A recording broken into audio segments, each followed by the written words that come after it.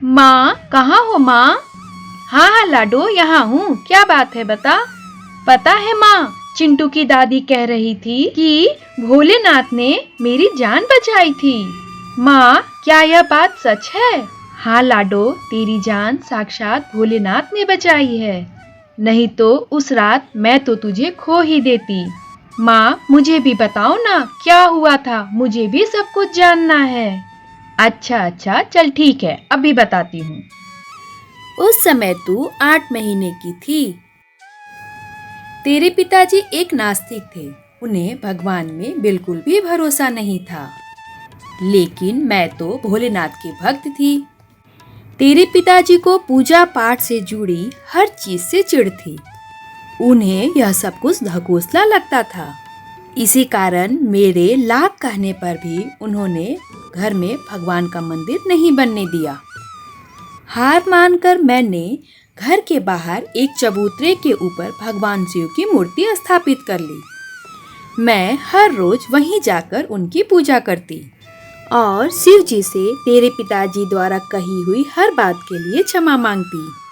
लेकिन मैं जानती थी तेरे पिताजी को भी एक ना एक दिन शिव जी की महिमा का ज्ञान जरूर होगा। और कुछ ऐसा ही हुआ। एक दिन की बात है, तेरे पिताजी तेरे साथ बैठकर खेल रहे थे।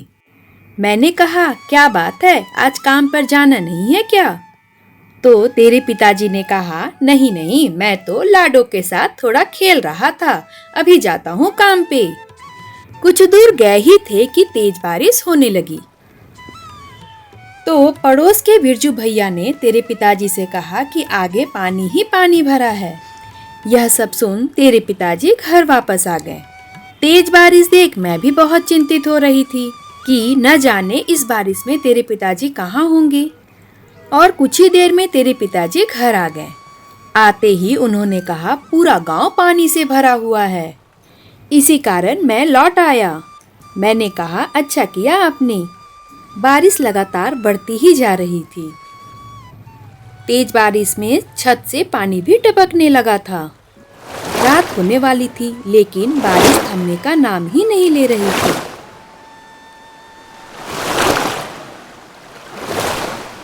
बारिश का पानी घर के अंदर आ गया।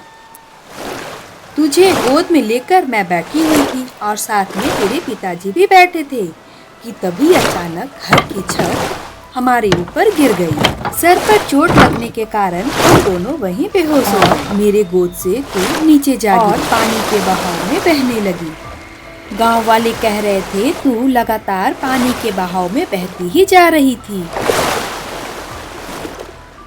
सभी कह रहे थे कि तू तो पानी में पूरी तरह डूब गई थी। इधर हम दोनों बेहोश पड़े हुए थे।